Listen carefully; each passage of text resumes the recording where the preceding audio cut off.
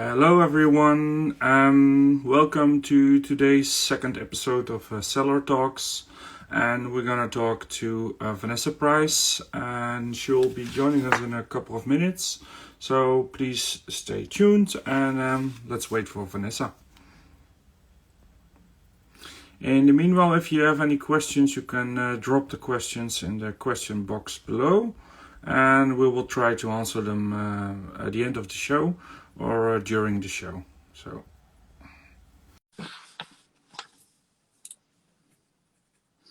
I know some of you already are familiar with Vanessa or know her and the book. So some other people are very new to the book Big Macs Burgundy. So yeah, if you have any new questions or you just like to catch up with her, drop your questions and let's see what Vanessa has to share with us.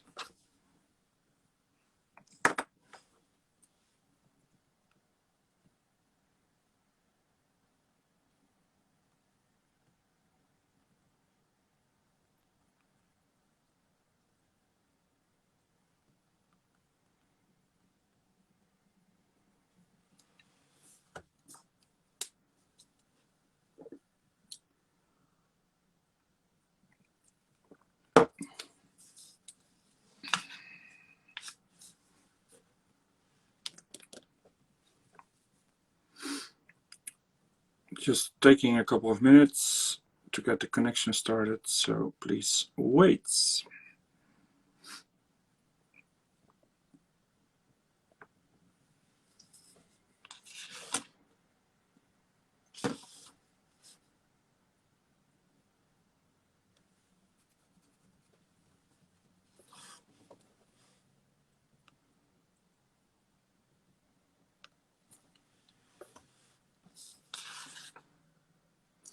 In the meanwhile, Vanessa is watching, so she will be here in a minute.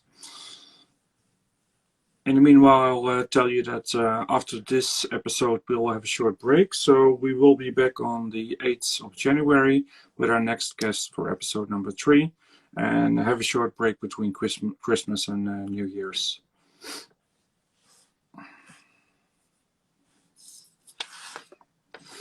Somebody's asking where's the wine. So yes, there is wine, obviously. Although there is no tasting today, but we do have wine, as it's supposed to be when we're talking about wine and food in this case.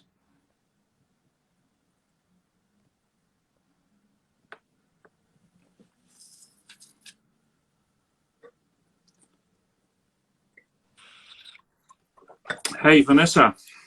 Hi, how are you? I'm doing well. What about you? Very well, thank you. Good. Happy that you could join us. It's the afternoon right now there. Yes, my pleasure. Very good, good, good. Well, we wanted to have a chat about, first and all, about the book, but especially also about you, because there's a lot more to it than just a book. Obviously, you have quite a background, so maybe we can start with a quick introduction from your side. I mean, I saw that you have been in, well, in and around New York for 13 years now, almost, or about. So maybe you can tell some people. I mean, there are some people in the audience that know you, or at least have read the books, but some of the other ones that they didn't know anything about you. So maybe it will be good to do a quick introduction there first. Sure. Well, I'm Vanessa. I've been in wine the better part of my life, I guess, at this point. I grew up in the southern part of the United States in a place called Kentucky. Maybe sounds familiar, maybe not. I did not grow up with wine. It wasn't something that was a part of like my culture growing up or anything like that. Really not drinking at all. But when I got older and was in college, I actually ended up working at a winery just as a college job, right? It was just something to, pay the rent and have a little bit of, moving around money, and ended up falling in love with it and decided that was what I wanted to make my career out of, even though I wasn't really quite sure what that meant at the time. And went from working at, I when I was in New York, in the city, I should say, worked as a som. I worked in wine education. I worked for PR and marketing, specifically, with wine companies. I worked as an importer. I worked as a distributor, and then ended up writing about wine. I had a column in New York Magazine for 2 years, which is what ended up becoming the book. And now I'm developing a hotel restaurant project out in Montauk in the Hamptons in Long Island. And yeah, happy to be here chatting with you. Oh, that's great to hear. If you talk about knowledge about wine, you've done quite a lot of different things, as you just said. So you know about selling the wine, tasting the wine, the restaurant side of the wine business, but also talking about private collectors. I mean, I saw on the website site that you also do advise on private collections, etc. So all these different facets about wine, and then at some point you start a column, which then became the book. Can you tell us a little bit about the column? Because well, you don't have the traditional, well, if there even is a traditional background in terms of wine education. In the end, you did the WSET, and you're a diploma graduate as well, and you do teach as well, but later maybe a little bit more about that. But the column, how did that start? So the column was like I said, I like to do things the difficult way in life. I never do them the easy way. I had actually back in 2014 decided that I had an idea for a book and I wanted to write a book. And at the time, my sister was living with me in New York City. She was a journalism major. I knew very little about writing. I was a philosophy major who went into wine. So not the most, different side. Not the, not quite as strong as her with the mighty pen. And, I sort of said, I'm going to write this thing. Would you help me craft and edit it? And she said, yeah, sure, let's do it. And so, we wrote a book. And then I thought, okay, so now what do I do? I had no idea. And I was very fortunate that a good friend and upstairs neighbor in my building, because my apartment building I've been in for 14 years, which is kind of crazy in New York City. He's big in the publishing world, worked for Vanity Fair, New York Times, all that good stuff. And I sort of went upstairs and said, okay, I wrote this book. How do I get it published? And he went, are you out of your mind? That's not how it works. It's like, slow down, grasshopper. And so, he was like, you need bylines. And I went, oh, okay, well, what's a byline? I don't know. And he said, all right, well, here, I'm going to help you. And he was very kind in sort of teaching me how to craft a pitch, how to come up with ideas to send to publications and say, hey, these are the ideas that I have in wine that I want to talk about. And one of them that I sent to New York Magazine was talking about pairing wine with everyday foods instead of the foods that we traditionally think of, which is either like, very fancy sort of, white tablecloth, or, your traditional charcuterie, meat and cheese plates. And they thought that was really interesting. So we actually just did one. It was an order for one piece. It was set to run, I think that was like fall of 2017. And it ended up doing so well. They said, hey, would you write another one? And so I did another one. And I guess they were just performing really well. And before I knew it, they were weekly. Yeah. And then that sort of turned into, I had publishers reaching out to me and saying, hey, would you be interested in turning this column into a book, which is ironic. So I wrote a book to write a book. So maybe one day I'll write the book. about how you ended up writing the book. Yeah.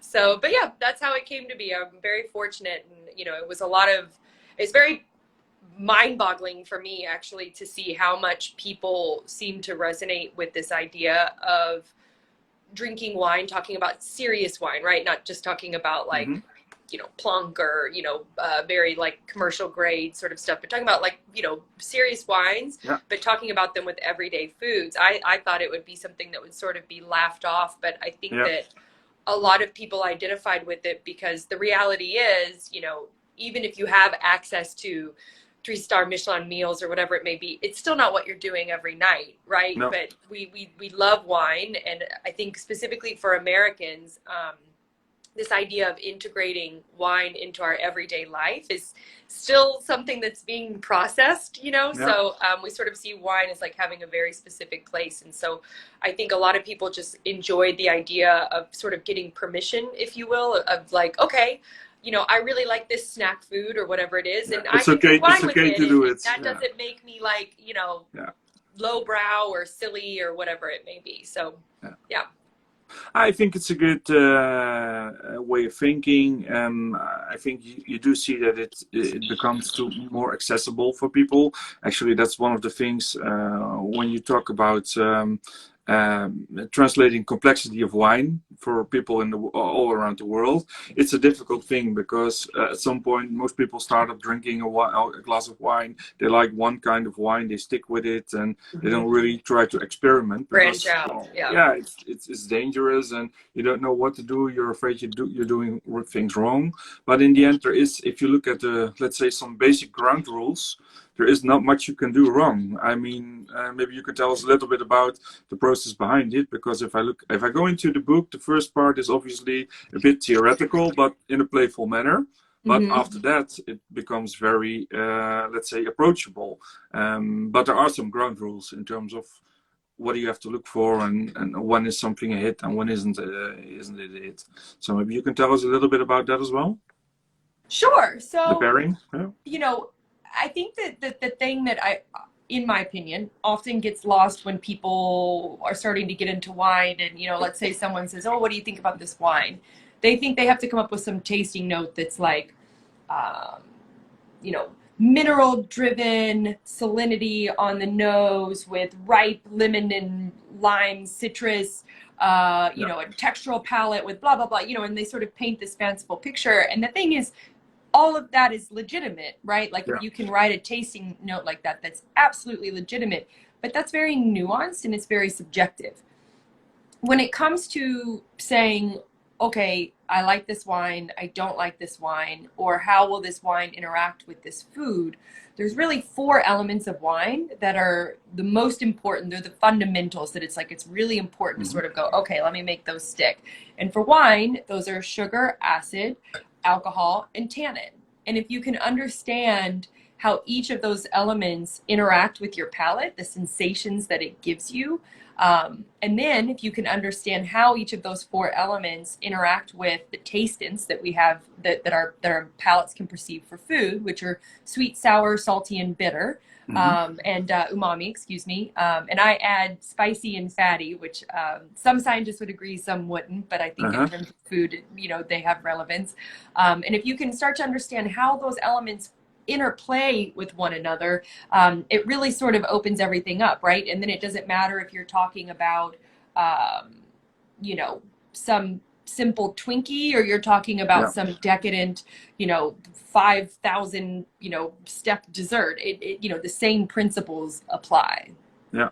And maybe if you stop thinking about it in a difficult way, it opens up your mind and you do start to try out new things. I mean, there are some standard pairings to what everybody would basically go for if they have a little bit of an understanding about what works. But there might be some very different things that also work.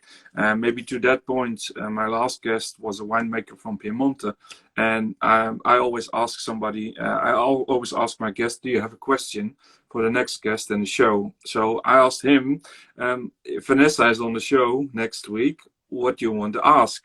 And he said, well, listen, this is what it is. I'm from Piemonte and we like truffles. I mean, there's truffles everywhere, especially now. It's a big thing. So normally what you do, and this is also one of the things that I always keep in mind, if you want to pair food with wine, try to go for something local, because with the same elements of nature, typically a lot of times it works pretty well.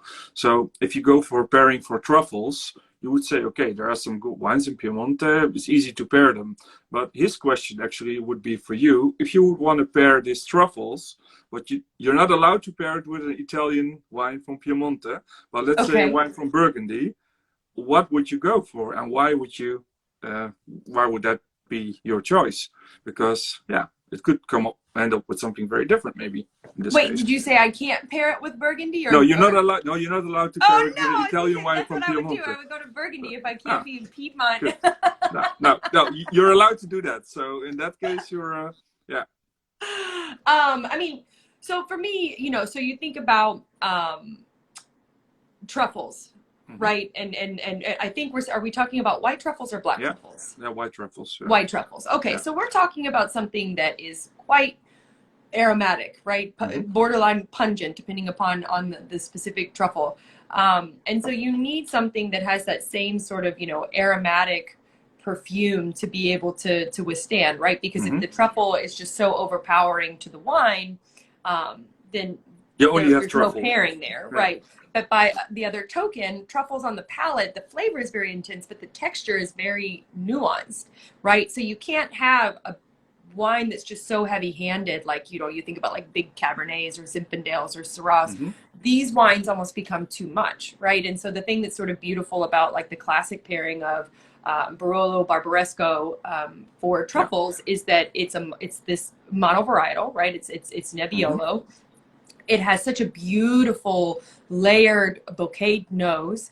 And certainly the palate has structure and it has power, but it also has nuance between the tannic and the acidic structures. So, if I was leaving Piedmont, I would go to Burgundy because you have the same thing, right? With your monovarietal, again, the same, a lighter tannic structure, but similar acidic structure.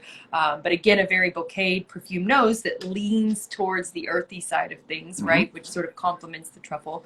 But if I was going to leave both of those, I would still stay monovarietal. I might try to find something from maybe like Ribera del Duero, something that's like almost solely based on Tempranillo, so that we have those same sort of elements at play. But I would be hesitant because I don't want the fruit to be too ripe. So I would have to think about that one. Yeah, but you're giving some good directions. I mean, and it wasn't an exercise. It's just a question that popped up. But I think the way you're describing it, it opens up also the way. Oh yeah, someone said aged Rioja. Yeah, I'm with you. Oregon Pinot. Yeah, maybe Dundee Pinots I could see. I'm always hesitant with New World wines and truffles just because the fruit characteristic tends to overpower. But it's more than in the Old World wines, right? Yeah, for truffles specifically, I just think that you don't want too much fruit. You need something that's pushing more towards earth. Yeah. Oh, I get you. So my opinion, anyways.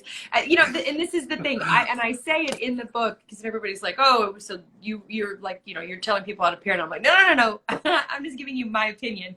It's it's your direction. Yeah, it's just my opinion. That's all it is. You can toss it all out the window if you completely disagree. But the example that I always give is Eric Ripert, famed chef of Le Bernardin, named greatest restaurant in the world year after year, 3-star Michelin chef, arguably one of the, you could say one of the greatest palates in the world, right? He has a saying, Bordeaux avec tout, meaning, Bordeaux with everything. He'll drink red Bordeaux and oysters. Which to me because he likes it. But he loves it. And so, if he's given himself permission to pair what makes sense to him and what pleases his palate, then that's certainly how it should be for anyone else. Yeah, it's also I saw also in your book you're making a point about bring your own wine at some point. Yes. I think it's actually a good thing because okay, there are enough restaurants with a good wine list, etc. But even then, if there is a good wine list, you will also have your own preferences. Why shouldn't people not be allowed or be afraid to bring that wine that they like, that special occasion wine or something that brings them back to a memory that they had in the past? So I'm happy to see that you also address in the book this topic because people are a bit afraid about it. It's one of those things where I think that, first of all, it just doesn't occur to people that aren't in the industry. I mean, certainly before I was in the industry, it never would have occurred to me. But I do think it's important to say, this one, I actually, it was a conversation. I decided to do that one sort of like an interview with a somm friend that I really respect and admire, Matthew Conway, who's been the beverage director at Marc Forgione in New York City for a decade now.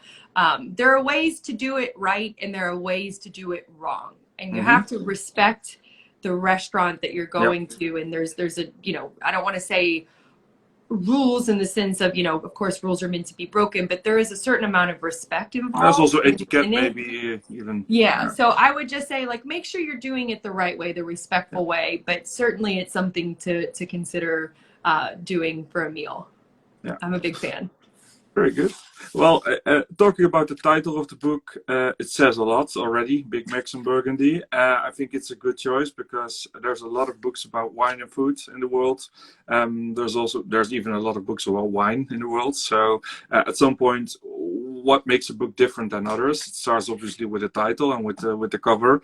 If you look at it, Big Macs and Burgundy, it's something it raises eyebrows, but it also provocates a little bit, which is maybe I think how you are as a person as well. You're not afraid to take it, make a choice, and stand for it. So I'm happy that you took it. It says wine pairings for the real world, which it is, and you go from left to right, from breakfast to late night snack. So there is something in the book for everybody, for every moment, I would say. There's healthy foods. There's a whole chapter on pairing salads. Like, that's the thing. I've had so many people sort of say, like, you know, oh, the American promoting junk food. And it's like, well, hang on a second. If you actually read the book, I say, I don't think that this is how we should eat every day, every meal, you know, and part of everyday foods is eating healthy. So there's a whole chapter on pairing healthy foods. There's a whole chapter on pairing salads. There's a whole breakout section on healthy snacks.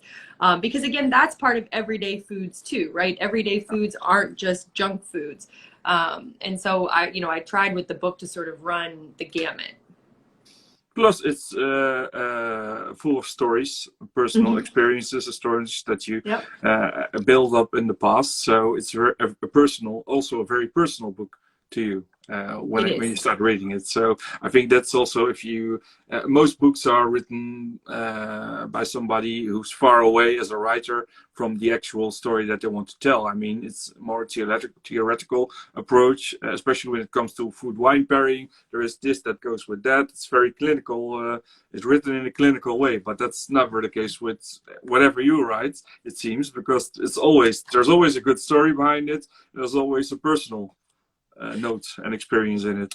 So yeah, I'm happy to see that there are actually books being written that do work in that way.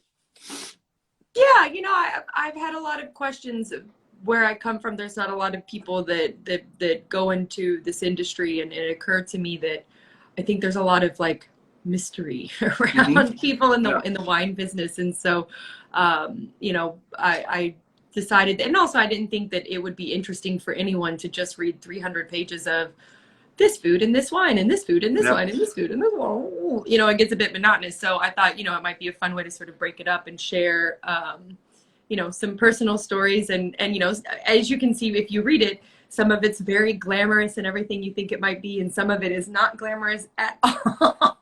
But that's what breaks up the story a little bit, and you can just pick it up and read a part and then put it back, and the next morning you pick it up again, and it's basically a different story you're reading. It's not like, okay, one front to cover. There's all different parts that make sense. Yeah, I was very inspired. I don't know if you've ever read I Was Told There'd Be Cake by Sloane Crosley. Put it on the list. Okay, good. New York Times bestseller, times a gajillion probably. And she's just such a phenomenal writer. And I'm not saying, let me make it clear, I'm not saying I'm nearly as good a writer as Sloane, but she was the inspiration. I Was Told There'd Be Cake is basically experiences of her life as a writer in New York City. But it's little vignettes, right? You drop in and out, in and out, in and out. And they're not necessarily time sequential. They kind of are, but not really. But you're dropping in and out. So you can really sort of, you know, enjoy that chapter. And then the next chapter is a whole new experience. And so that was kind of the idea, was that more than the narratives following an overall arc, which they kind of do. They go from starting in the business to where I am now. They're more tied to the theme of the chapter itself, right? So whatever that chapter's foods are, that's more what the narrative is tied to. Yeah.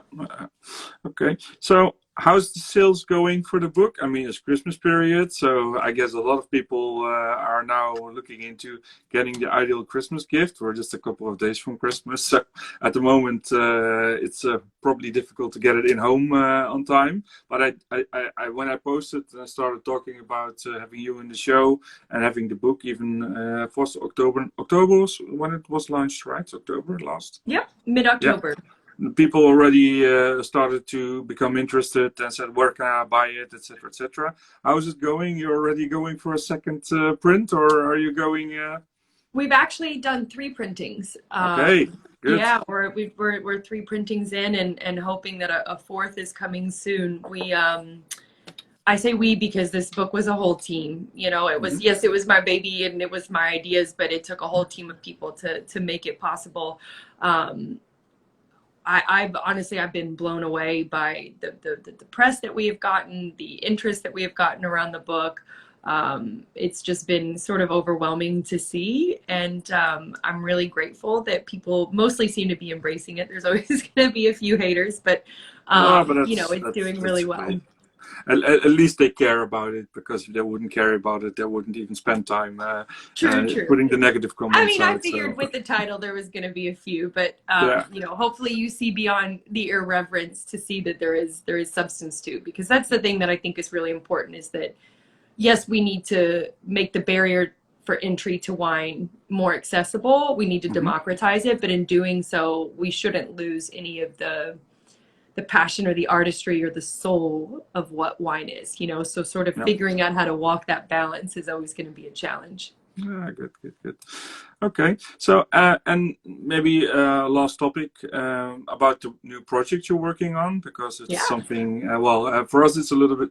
For us, I'm saying in Europe, it's a little bit far away. Obviously, we don't get all the news that what you're working on. So maybe you can give us a little bit of a hint on how that's going, the restaurant project and the hotel. Yeah, so I can only say that I am beyond fortunate to have been tapped to be the managing partner on a pretty large scale restaurant project in Montauk, which is part of the Hamptons, which also has a boutique hotel attached. But the main focus is the restaurant. It's a beautiful, beautiful place overlooking what's called Fort Pond, but Pond is a bit misleading. It looks like a giant lake. We're west facing, so we have these beautiful panoramic sunsets that sort of go the distance.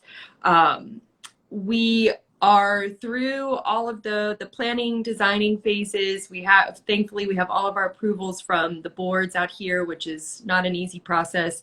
Our challenge this year has been COVID. Of course, We unfortunately here in New York, we had a shutdown order, a stay-at-home order, not similar to what was happening in Europe. So we weren't able to start in the spring. We decided to operate the space as it was for the summer and just do like a pop-up that wasn't really related to the long-term project, but just to have something in it for the summer. And we were fortunate to have a Michelin chef, Matt Lambert, whose restaurant in the city was closed. That was done at the end of the season, and we're kind of pretty sure there's another shutdown coming, much like fortunately Europe. It looks so like it. We're not starting yet because some of the work that we're doing is pretty extensive to the exterior, and Montauk is definitely extreme weather. We just had a huge snow and ice storm come through, so we have to be sure that there's no more stay-at-home orders coming before we actually start to work on the building. But I'm remaining hopeful. Hopefully, first part of 2021, we'll finally be able to get started. So I'm itching. I'm ready. That's good to hear. In the meanwhile, I'll open up for questions. If anybody has any questions, please drop them in the box below. But a question for you, also for our next guest, obviously, is James Llewellyn. I don't know, maybe you saw him, that he's going to be on the show on the 8th of January. So we're going to have a short break, but he's going to be the next one. But James is also a diploma graduate, and he has also quite a background, especially knowledge about wine tasting. And what he decided is that he wanted to help people also understand complexity of wine and wine study in particular. So he came up with this thing called wine maps, which is basically not a new thing because more people are doing it. But he tried to blend sort of infographics with sort of metro maps or subway maps, just to make it very accessible on 1 or 2 sides of a piece of paper for Burgundy or for Bordeaux, just to make it light reading and also focus on the whole syllabus for WSET. So WSET 2-3 plus diploma course. So what would the question from you be for James about educating, maybe in a broader sense? I mean, you do teach as well, so maybe you have a question about what that. if I have more of a request than a question? Oh, that could also be arranged, yeah. So I would love to see, so like the same way that we see Burgundy really broken down, right? Barolo really broken down. There are some areas that really, in both the old and new world, that I just don't think that that same level of specificity and detail exists, right? Like we should, I mean, Mendoza's huge, right? Yeah. Like why don't we see like very like specific broken down, like I want to understand Mendoza. You know, it's like saying, or Rioja, right? Like, yes, of course, we've got the 3 subregions, but beyond the 3 subregions, like if you're just talking about La Rioja Alta, like just in there, there's so much to sort of break down and dig into. And you know, you go these places and you stand in these vineyards and you go, why isn't this on a map somewhere? Yeah, I can't find it online. I have to go there. Why isn't this on a map? You know, so like everybody's got Bordeaux broken down. Everybody's got Burgundy broken down. Everybody's got Barolo broken down. Everybody's got Napa broken down. I would love to see someone start to break down the areas that are a part of the mainstream commercial wine, you know, conversation, but don't necessarily get the same play visually. I would love that. Okay. So that's my request. No, but I'm sure to ask him, because I think he's done it now for the whole French region, and he's looking into other countries as well, I assume. We even have a guest coming up who is making wine puzzles. Cool. So this is even a nice story, and I know she's working on New World, or the next project she's going to do is New World wine countries. So it might be something for her as well. So I'll ask her the same question, but happy to do so. I don't think there is any questions right now from the audience. So I don't know if you have, let's say, a final closing note that you wanted to bring up, but if not, then I wanted to thank you. Well, I guess I would say to everyone watching in Europe, I've gotten this question a number of times, and my publishers have already decided that this is what they want to do. Any country, I don't know, I think by country it's a different number, so I can't say, but each country in Europe, if they hit a threshold of a certain number of copies sold, we're going to translate it into that language, and we're going to add a chapter that is just foods from that country.